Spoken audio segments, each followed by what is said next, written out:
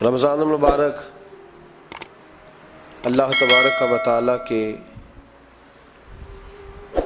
پسندیدہ ایام میں سے وہ خوبصورت ایام کا مجموعہ ہے جس میں اللہ اپنے بندوں پر زیادہ مہربانی فرماتا ہے۔ ہمارے ہاں بہت ساری چیزوں کو سن کے اور بہت سارے معاملات کو دیکھ کے ہم سمجھتے ہیں کہ یہ روٹین کی بات ہے، ہر سال روزے آتے ہیں، ہر سال رکھنے ہوتے ہیں۔ چونکہ یہ بڑا عظمت اور قدر والا مہینہ ہے، لیکن چونکہ خود چل کے آتا ہے تو جو چیز خود چل کے آتی ہے اس کی کئی دفعہ قدر کمزور ہو جاتی ہے، لہذا ہم روٹین کے فضائل سنتے ہیں، روٹین میں اسے لیتے ہیں۔ میرے عزیز، ہماری محافل جب ہوتی ہیں نا، محافل، تو ان میں نقیب محفل ہوتا ہے، اسٹیج سیکرٹری بھی لوگ اس کو کہتے ہیں، اور بھی کئی ناموں سے پکارتے ہیں۔ وہ آنے والے شخصیت کا تعارف کراتا ہے، کہتا ہے کہ فلاں صاحب آنے والے ہیں، پھر یہ بھی کہتا ہے کہ وہ بڑے اچھے ہیں، بڑے خوبصورت بولتے ہیں۔ اب میں فلاں قاری صاحب کو دعوت دینے لگا ہوں، قاری صاحب جو ہیں وہ بڑی اچھی تلاوت کرتے ہیں، بڑی اچھی ان کی آواز ہے اور بڑا اچھا ان کا لہجہ ہے، وہ تعارف کرا رہا ہوتا ہے۔ پھر نعت خواں کے حوالے سے بھی اس طرح کے وہ تعریفی کلمات ادا کرتا ہے، لیکن لوگ بعض اوقات سمجھتے ہیں کہ ان بیچاروں کی ڈیوٹی ہے، انہوں نے یہ کام کرنا ہی ہے، ان کی ذمہ داری ہے۔ اور اسی طرح ہوتا بھی ایسا ہی ہے۔ ہماری محافل کے جو اکثر نقیب حضرات ہوتے ہیں، ان کے جملے رٹے رٹائے ہوتے ہیں، وہ انہوں نے سب کو کہنے ہی ہوتے ہیں، وہ کہے جاتے ہیں۔ لیکن اگر کسی محفل کے اندر نقیب محفل کوئی بہت بڑا عالم ہو، بہت بڑا محدث ہو، شیخ الحدیث ہو، یا کسی خانقاہ کا کوئی صاحب تقوی صالح مسند نشین ہو، اگر وہ کھڑا ہو کے کہے کہ جناب آج میں آپ کو تعارف کرانے لگا ہوں ایک بہت بڑے علامہ، ایک بہت بڑے صوفی آ رہے ہیں، پھر ہم سمجھ جائیں گے کہ جس کی ہمارے حضرت تعریف کر رہے ہیں وہ کوئی بڑا ہی اچھا آدمی۔ پھر ہم سمجھیں گے نہیں، یہ روٹین کی گفتگو نہیں ہو رہی، یہ وہ رسم نہیں جو روز ادا ہوتی ہے، اس میں کچھ انفرادیت ہے، کچھ تخصیص ہے، کچھ اس کے اندر چیزیں زیادہ ہیں۔ وہ پھر انفرادی طور پر ہم تھوڑا سا اس کو زیادہ درجہ دیں گے۔ نہیں، حضرت جی کہہ رہے تھے آج میں نے قبلہ سے سنا ہے، آج فلاں شیخ اور صوفی نے فلاں کی تعریف کیا تو بات کچھ زیادہ ہوگی۔ میرے بھائیوں، مثال دی ہے آپ کو سمجھانے کے لیے کہ رمضان المبارک وہ عزت اور عظمت والا مہینہ ہے جس کا تعارف کسی عام آدمی نے نہیں، رب کریم کے قرآن نے بیان فرمایا ہے اور میرے مصطفیٰ کریم کی زبان اطہر نے بیان فرمایا ہے۔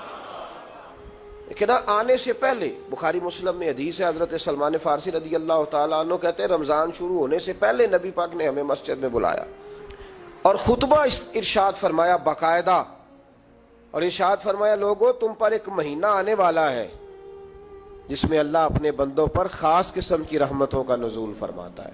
خود رسول پاک نے ہمیں کس قدر زیادہ اس مہینے کا اکرام کرنا ہے اور کس قدر زیادہ اس کو اہمیت دینی ہے اور کس قدر زیادہ ہمارے لیے وہ باعث عظمت ہے کہ جس مہینے کے فضائل خود رسول پاک علیہ السلام نے بیان فرمائے۔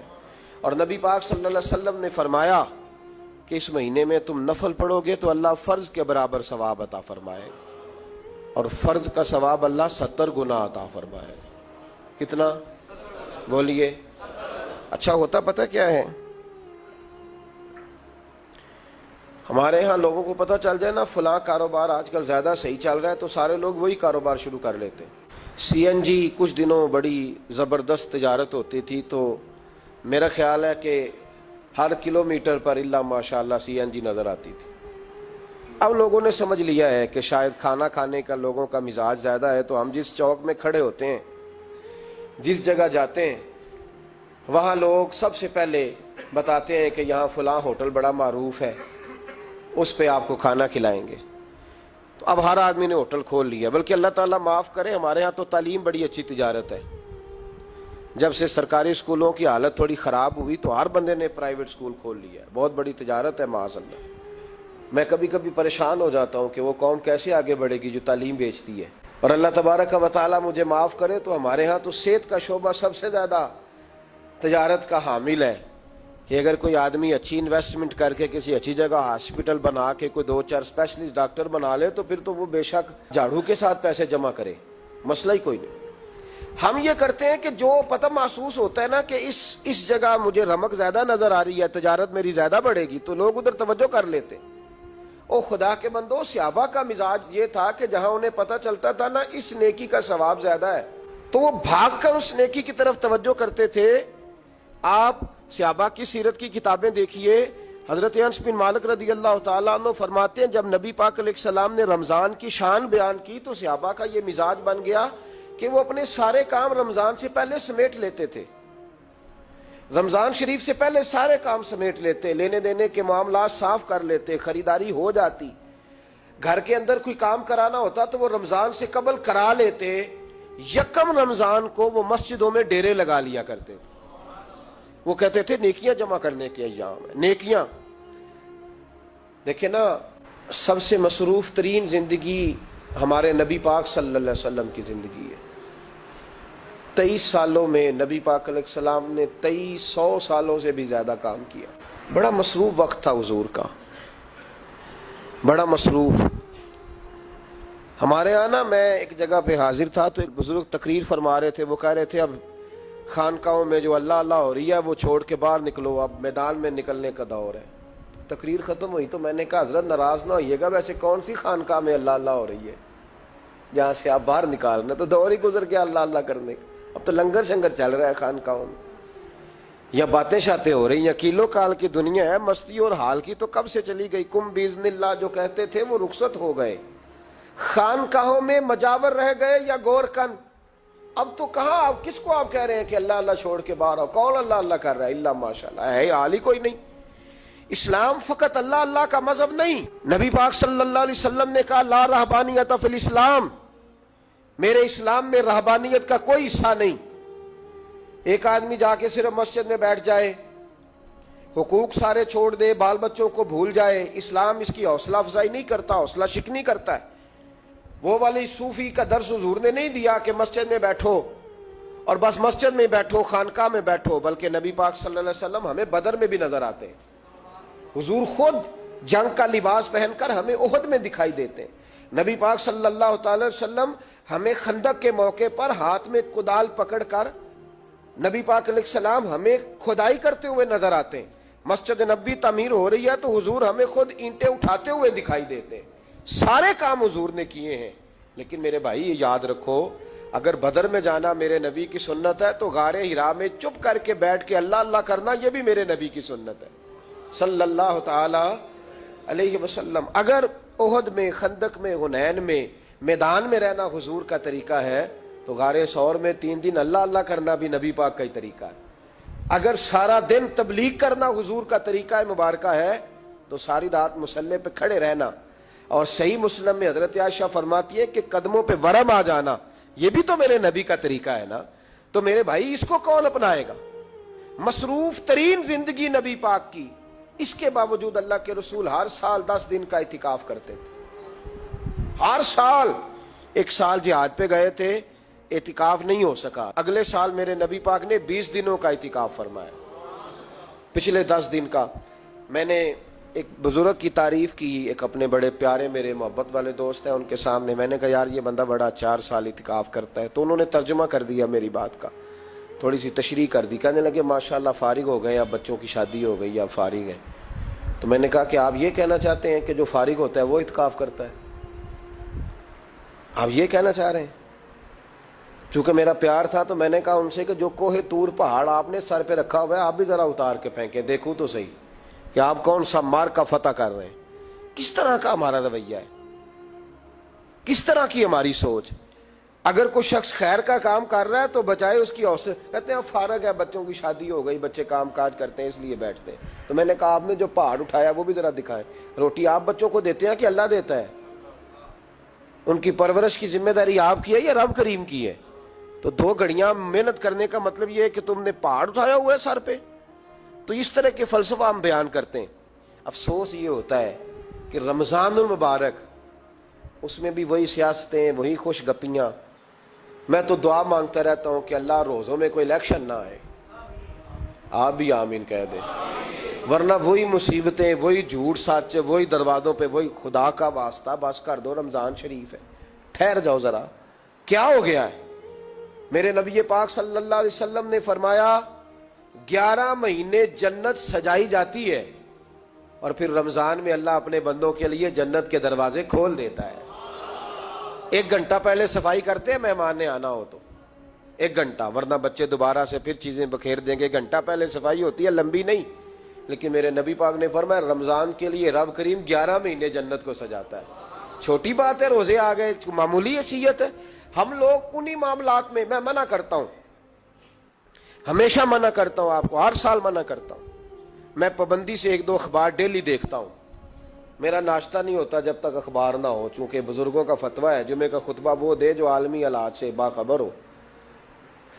ہم کوئی رسمی تقریر نہیں کرتے کہ لوگوں کو کہیں کہ روزے آ گئے تو کون سا مہینہ چل رہا ہے تو مہینے کے حساب سے خطاب ہو. رسول اللہ صلی اللہ تعالی علیہ وسلم کی امت کے جو ذمہ دار اور پہرے دار ہوتے ہیں انہیں امت کی پہرے داری کرنی ہوتی ہے. اس لیے وہ یہ نہیں دیکھیں گے کہ کون سا موضوع چل رہا ہے اس پر میں نے 1 گھنٹہ گزارنا ہے. ترجیحات پر بات ہوگی. بات یہ عرض کر رہا تھا کہ میں رمضان شریف میں اخبار نہیں دیکھتا. میری اپیل ہے آپ سے کہ آپ رمضان شریف میں نا رمضان ٹرانسمیشن بھی نہ دیکھیں, ٹی وی پہ خبریں بھی نہ سنیں. سارا سال سنیے خبریں. ہماری خبریں سننے سے ملک میں کیا انقلاب آ گیا ہے. یا وہ جو ہم نے چوک میں کھڑے ہو کے تجزیہ کیا تھا اس سے کتنے لوگ سنور گئے. چھوڑے, جتنا وقت ملے وہ آ کے مسجد میں بیٹھے, اللہ کے گھر میں وقت گزارے, ٹائم دیں. عبادت آپ کو زندہ کرے گی, روحانیت پیدا کرے گی, توانائی آئے گی, خوبصورتی آئے گی آپ کے اندر, آپ زندہ رہیں گے. دنیا داری دلوں کو مردہ کرتی ہے. قرآن کی تلاوت, اللہ کا ذکر, مسجد کی حاضری روح اور دل کو زندہ کر دیا کرتا ہے. مسجد میں بیٹھیں, وقت دیں, مہربانی کریں. اور یہ بھی آج میں بڑی ذمہ داری سے عرض کر رہا ہوں, اگر آپ کبھی زندگی میں مجھے بھی دیکھیں نا ٹی وی میں کسی عورت کے ساتھ میں کسی پروگرام پہ بیٹھا ہوں تو آپ بالکل لحاظ نہ کریں, آپ بالکل وہ چینل بند کر دیں. ہمیں ضرورت ہی نہیں. میرے لیے کوئی مفتی دلیل نہیں ہے وہ عورت کے ساتھ بیٹھا ہے پروگرام میں. میں نے تو وہ والا قرآن پڑھا جس میں اللہ کریم نے کہا عورتیں آ جائیں تو مرد نظریں نیچی کر لیں. ہم نے تو وہ والا قرآن پڑھا جس میں حکم ہے کہ مرد آئے تو عورت اپنی نظر نیچی کر لے. تو جہاں علامہ صاحب کے سامنے لڑکی بیٹھی ہے ٹی وی میں انٹرویو لے رہی ہے وہاں نظریں نیچی ہوتی ہیں؟ کہاں سے فتویٰ آیا؟ حضرت جنید بغدادی تو فرمایا کرتے تھے کہ حسن بصری پڑھانے والا ہو, رابعہ بصری پڑھنے والی ہو, تو پھر بھی ان کو بغیر پردے کے پڑھنے پڑھانے کی اجازت نہیں ہے. بات ختم ہو گئی. میں کل, مجھے سرکاری یونیورسٹی ہے جامعہ کوٹلی کشمیر کی, انہوں نے مجھے دعوت دی کہ آپ کو لیکچر دینا ہے سائنس, تقوی اور رمضان. تو اسٹوڈنٹس ہوں گے, کچھ پروفیسر ہوں گے. تو میں نے کہا کہ اتنے بڑی جگہ آپ نے مجھے بلا لیا, یونیورسٹی لیول کے طلباء تو بڑے آگے جا چکے ہوتے ہیں. چلیں خیر, میں وہاں حاضر ہوا. جب میں پہنچا تو ایک پروفیسر صاحب مجھ سے کہنے لگے کہ لڑکیاں بھی ہیں. تو میں نے کہا کہ ٹائم دیتے وقت آپ سے گزارش کی گئی تھی کہ لڑکیاں نہیں ہونی چاہیے. تو وہ ایک جملہ بولنے ہی لگے تھے. تو میں نے ان سے کہا کہ آپ مجھے دکیاں نوس مولوی سمجھ لیں, میں پرانے خیالات کا ہوں, آپ مجھے پرانا سمجھ لیں. اس لیے کہ میرے حضرت صاحب فرمایا کرتے تھے ہر چیز نہیں لے لینا, دین نہ نیا لینا. وہ 1400 سال پرانا ہی ہمیں ٹھیک ہے, ہمیں نیا دین نہیں چاہیے. کہنے لگے جی وہ بچیاں تھوڑی پیچھے بیٹھ جائیں گی. میں نے کہا آپ درمیان میں پردہ لگا لیں, میں انہیں نہ دیکھوں وہ مجھے نہ دیکھیں. ٹھیک ہے, بات سنیں, ختم ہو گئی. لیکن اگر وہ سامنے بیٹھیں گی تو ہم نہیں بات کریں گے. تو وہ چونکہ پی ایچ ڈی لیول کے لوگ ہوتے ہیں, زیادہ پڑھے ہوتے ہیں, دلائل دینے کی کوشش کی. تو میں نے کہا میں دلیل نہیں سنتا, میں سنتا ہوں یا اللہ کا قرآن یا مصطفیٰ کا فرمان. تو آپ مہربان. لیکن انہوں نے ضد نہیں کی, بڑے اچھے لوگ تھے. انہوں نے کہا جی ٹھیک ہے لڑکیاں نہیں بیٹھیں گی. میرا عرض کرنے کا مقصد یہ ہے کہ کیا فرق پڑتا ہے ہمیں. بہت سارے ذرائع ہیں عورتوں تک پیغام پہنچانے کے, پیغام پہنچ جاتا ہے, کوئی حرج نہیں. آپ باپ پردہ بندوبست کریں. ہمارے رمضان کے فجروں کے درس میں ہزاروں کی تعداد میں عورتیں آتی ہیں, ان کے لیے باپردہ بیٹھنے کا بندوبست ہے. لیکن کوئی ضروری ہے کہ ٹی وی پہ ایک عورت بن سور کے سامنے بیٹھے اور آپ اس کے سوالوں کے جواب دیں؟ ہمارے لیے نہ کوئی مفتی دلیل ہے, نہ کوئی شیخ الحدیث دلیل ہے. اس طرح کا کوئی مفکر محقق ہمارے لیے دلیل نہیں. ہمارے لیے دلیل رسول اللہ کی ذات ہے صلی اللہ تعالی علیہ. ختم ہو گئی بات. اس لیے کوئی ایسی ٹرانسمیشن نہ دیکھو, کسی طرف توجہ نہ کرو. یار 30 تو روزے ہیں, وہ بھی کئی دفعہ 29 ہو جاتے ہیں. اللہ کہہ رہا ہے ایام معدودات, ایک گنتی کے دن ہے. اور میرے بھائی کیا مصیبت ہے، میرا وقت نہیں گزر رہا. آپ یقین کریں اللہ جانتا ہے، ہم تو رمضان کو زنجیریں ڈالتے ہیں، یہ کام بھی رہ جاتا ہے رمضان گزر جاتا ہے، یہ بھی رہ جاتا ہے رمضان گزر جاتا ہے، یہ بھی نہیں ہو پاتا رمضان، پتہ نہیں کس وقت روزے آتے ہیں کب نکل جاتے ہیں. کہتے ہیں میرا وقت نہیں گزرتا تو میں ٹی وی دیکھتا ہوں. قرآن سارا پڑھ لیا ہے، حدیثوں کا مطالعہ ہو گیا، اپنی آخرت کے لیے نفل سارے پڑھ لیے، تسبیحات ساری ہو گئی. جو اب ٹائم نہیں گزرتا تھا تو ٹی وی پہ جا بیٹھے. کدھر چلے گئے ہم؟ علامہ اسماعیل حقی نے حدیث لکھی، حضرت عائشہ صدیقہ رضی اللہ تعالیٰ عنہ فرماتی ہیں، تفسیر روح البیان میں موجود ہے، کہتی ہیں ایک دن حضور اچانک میرے ساتھ آرام فرماتے بستر سے اٹھے نکل گئے. ہمیشہ نبی پاک علیہ السلام کا طریقہ مبارکہ تھا جب رات کو تہجد کے لیے اٹھتے تو کہتے ابو بکر کی بیٹی حق تیرا ہے، وقت تیرا ہے، پر اگر تو اجازت دے تو میں اپنے اللہ کو راضی کر لوں. آج حضور نے پوچھا ہی نہیں، بستر سے اٹھے چلے گئے. کہتی میں اٹھی، میں نے دائیں بائیں دیکھا، محبوب نظر نہ آئے. حضور کی تامد استعمال شدہ پڑی تھی، وہ تامد میں نے اٹھا کے اوڑھ لی اور میں نکل گئی حضور کو تلاش کرنے. کہتی ہیں جب میں باہر گئی مسجد نبوی شریف کے ساتھ جنت البقیع کی جانب، نبی پاک سجدے میں تھے. کہتی ہیں میں گئی، تھوڑی دیر کھڑی ہوئی، حضور نے آہٹ سنی تو پوچھا تو کون ہے؟ میں نے کہا میں عائشہ ہوں. تو محبوب نے فرمایا یہ عائشہ کون ہے؟